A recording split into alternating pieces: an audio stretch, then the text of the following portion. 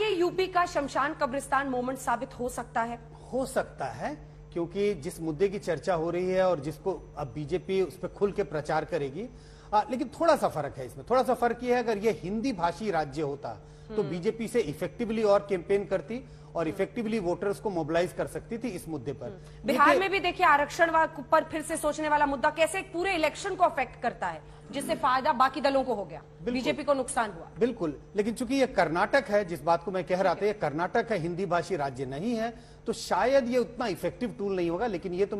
लेकिन मुझे ये लग रहा है कि हाँ, आने वाले समय में जो अगले 3-4 दिन और चुनाव प्रचार होने वाले हैं, उसमें ये इसकी गूंज बहुत सुनाई पड़ने वाली है। अभय जी। अंजना जी, देखिए, जो आपने बहुत महत्वपूर्ण मुद्दा उठाया, भारतीय जनता पार्टी ने कर्नाटक में कैसा झूठ परोसा। वो भी बोल रहे हैं, शंकर अन्ना जी भी बोल रहे हैं कि जब पीएफआई पहले से बैंड है, आपने क्यों उसका नाम लिखा है? मैं किसकी आंखों में धूल झोंक रहे हैं? आपने जिस बिहार के विषय का जिक्र किया, भारतीय जनता पार्टी ने सुप्रीम कोर्ट में एफिडेविट देकर कह दिया कि हम जाति जनगणना नहीं कराना चाहते। क्यों हक नहीं देना चाहते आप? तो पटना हाई कोर्ट ने उस पर स्टे लगा दिया। नहीं, मैं बड़ा महत्वपूर्ण बात कर रहा हूं। मैं भी महत्वपूर्ण बात ही कर रही हूँ, तो बोलिए। सुप्रीम कोर्ट में जो रोक लगा दी है मुस्लिम रिजर्वेशन का प्रश्न किया ना, सुप्रीम कोर्ट में क्या कहा इन्होंने?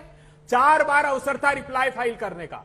सॉलिसिटर जनरल तुषार मेहता जी ने कर्नाटक सरकार की तरफ से कहा कि नहीं, 9 तारीख तक मेरे पास वक्त नहीं है ताकि चुनाव हो जाए यहाँ के। शायद ये इंटेंशन इनका होगा। और तब तक कंटिन्यू। झूठ नहीं, आप झूठ नहीं, क्या कोर्ट ने स्टे नहीं कर दिया? आपके आदेश को कोर्ट ने स्थगित नहीं कर दिया? संदीप जी, अगर बजरंग बली एक इशू है तो रिजर्वेशन भी एक बड़ा इशू है। ठीक है, बोल लीजिए शर्मा जी, इसके बाद मैं केवल इस समय उस पे नहीं, ये तो स्पष्ट है कि जो अभी ये कह रहे हैं अभय जी, इधर से उधर भागेंगे, लेकिन जो जेडीएस के जो यहाँ पर बोल रहे हैं और जिनको बड़ा कॉन्फिडेंस उसी मुस्लिम वोट पर है, उसके रीजन बताता हूं। यहाँ तो ये सब कुछ कह रहे हैं, आज डर से कह रहे हैं नहीं साहब, बजरंग दल ने ऐसा कुछ नहीं किया। क्यों कहना पड़ रहा है, मैं इसका रीजन बताता हूं। ये है कुमारस्वामी, जिस समय पीएफआई पर बैन लगा उस समय इनका स्टेटमेंट आता है, government should reveal reason for raiding PFI leader says JDS leader HD Kumaraswamy. PFI के ऊपर क्यों बैन लगा, इसका जवाब आतंकवादियों को टिकट दिया आपने साहब। दूसरी बात, क्या बात करते अभी पूरा करने दीजिए। टिकट नहीं दिया आतंकवादियों को। फोटोग्राफ देखिए, आतंकवादी सैफुल्लाह फारूक को टिकट दिया आपने। सुन लीजिए, तारिक अहमद मीर को टिकट घोषित आतंकवादी। सर प्लीज सुन लीजिए, मैं आपको बताता हूं। ये जब ये मुख्यमंत्री बने जेडीएस कुमारस्वामी, ये किससे मिले? ये मिले, इनसे मिलने आए Mujahid Pasha, SDPI and PFI member had come to meet. ये सारा डेलीगेशन से बधाई ले रहे थे इस समय, शंकर अन्ना और ये क्वेश्चन उठा रहे थे उस समय जेडीएस कि जो है आप पीएफआई को कैसे बैन कर सकते हैं।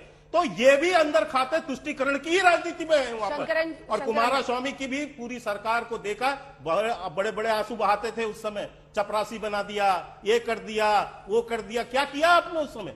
जो गठबंधन की आप सरकार लेकर आए थे, अंत में छोड़ के भागे। बीजेपी जेडीएस खाली ये नहीं चलेगा। शंकर अन्ना जी, ये आपने तो बड़े स्पष्टता के साथ बोल दिया सर, साफ गोई से, लेकिन ये तो फंस गया आपका, ये निकाल लिया इन्होंने पूरा पीछे का। पीएफआई पर रेड हो रहा था तो एचडी कुमारस्वामी बड़े गुस्से में थे। वो रेड के ऊपर गुस्से में नहीं थे, वो क्या बोल रहे थे, रेड के बहाने में जो इनोसेंट मासूम मुसलमान लोग थे उनको क्यों अरेस्ट कर रहे थे, आप वो बात था। आप क्या मांग रहे थे उस समय? प्रमाण मांग रहे थे, प्रमाण मांग रहे थे आप। ठीक। रेड के आड़ में जो मासूम मुसलमान थे उनको बचाने की बात कर रहे थे। उस समय आतंकी जो घटनाएं हो रही थी, जो हिंदू एक्टिविस्टों की हत्याएं हो रही थी, जो देश में दंगे हो रहे थे पीएफआई के सभी मुसलमान, वो सब मासूम थे। मुसलमान आतंकी नहीं होते। आपके तो मुसलमान आतंकी नहीं होते हैं यहाँ पर। मेरे भाई, सभी मुसलमान आतंकी नहीं होते हैं। आपने ये मांगा प्रमाण कैसे किया? सपोर्ट नहीं करते हैं। केंद्र सरकार से आप मांग रहे थे, सपोर्ट नहीं करते हैं। केंद्र सरकार से आप मांग रहे थे, और ये कैसे मिलने आए? ये आपके नेता बधाई ले रहे हैं ना। एक मुख्यमंत्री से कोई भी आकर अपॉइंटमेंट लेके मिल सकता है। एक मुख्यमंत्री से कोई भी आके अपॉइंट लेके मिल सकता है। पीएफआई वर्सेस बजरंग बली हो गया। संदीप जी, क्या रिजर्वेशन एक इशू है? क्योंकि उसको भी हाईलाइट करने की बीजेपी ने कोशिश की है। 4% मुस्लिम आरक्षण हम खत्म कर रहे हैं, हालांकि कोर्ट ने उसको 9 मई तक स्टे लगा दिया है।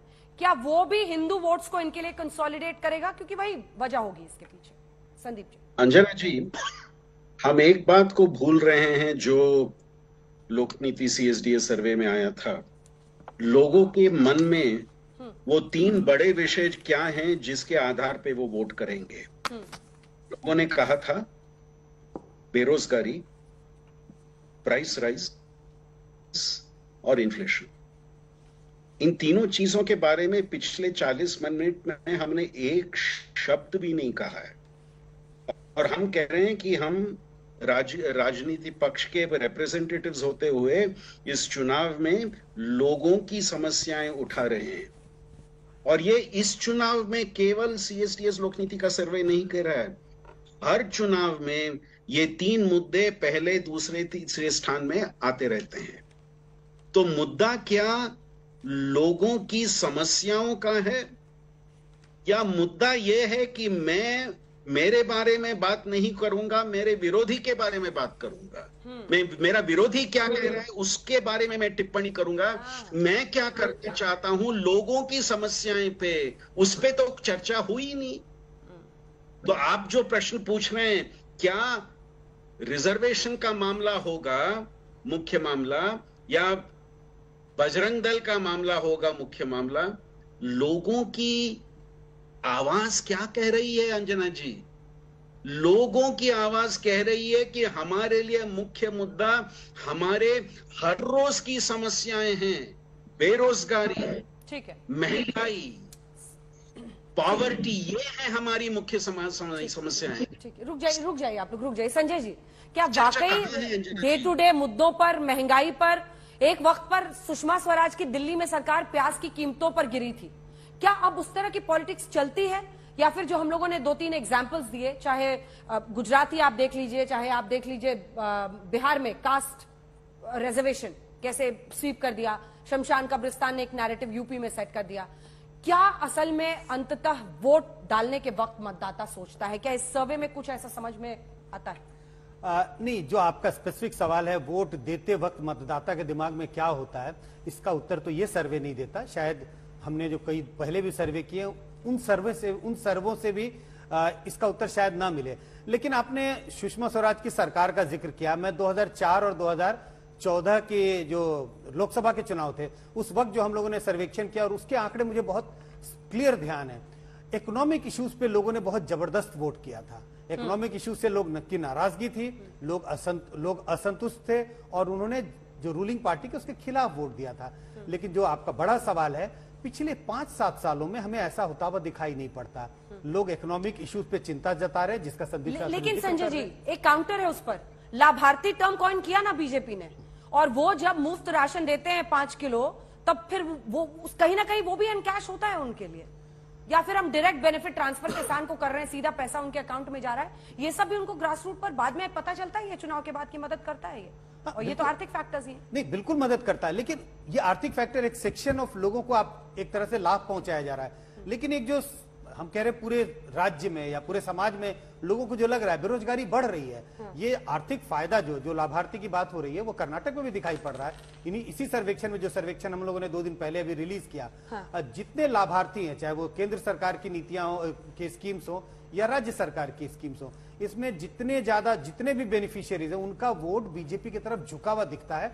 ये जरूर है कि बेनिफिशियरीज की जो संख्या है वो उतनी नहीं है जितनी बीजेपी शायद उम्मीद कर। ठीक है, अभय जी, सिर्फ 2 लाइन, 2 लाइन, तीसरी लाइन की इजाजत नहीं होगी। देखिए, इसी को एड्रेस करने के लिए जो मोदी सरकार ने भीषणतम महंगाई और बेरोजगारी में झोंक दिया है, हमने तय किया है कि बहनों को पूरी कर्नाटका की 2,000 रुपए प्रति माह देंगे, बेरोजगार युवकों को 3,000 रुपए, डिप्लोमा को 1,500 रुपए देंगे, आंगनवाड़ी बहनाओं को 15,000 रुपए प्रति माह देंगे। और आप उस नैरेटिव पे आ गए हैं हनुमान मंदिर बनाएंगे राज्य में। नहीं, मैं केवल शास्त्री जी से इतना कहना चाहता हूँ। आप तो हमेशा कहते हैं 5 साल के विकास पर हम वोट मांगते हैं, उसी पर कर रहे हैं सर, उसी पे भी हमने वोट मांग रहे हैं। 1 लाख करोड़ से ज्यादा केवल वहाँ सड़कों के लिए दिया।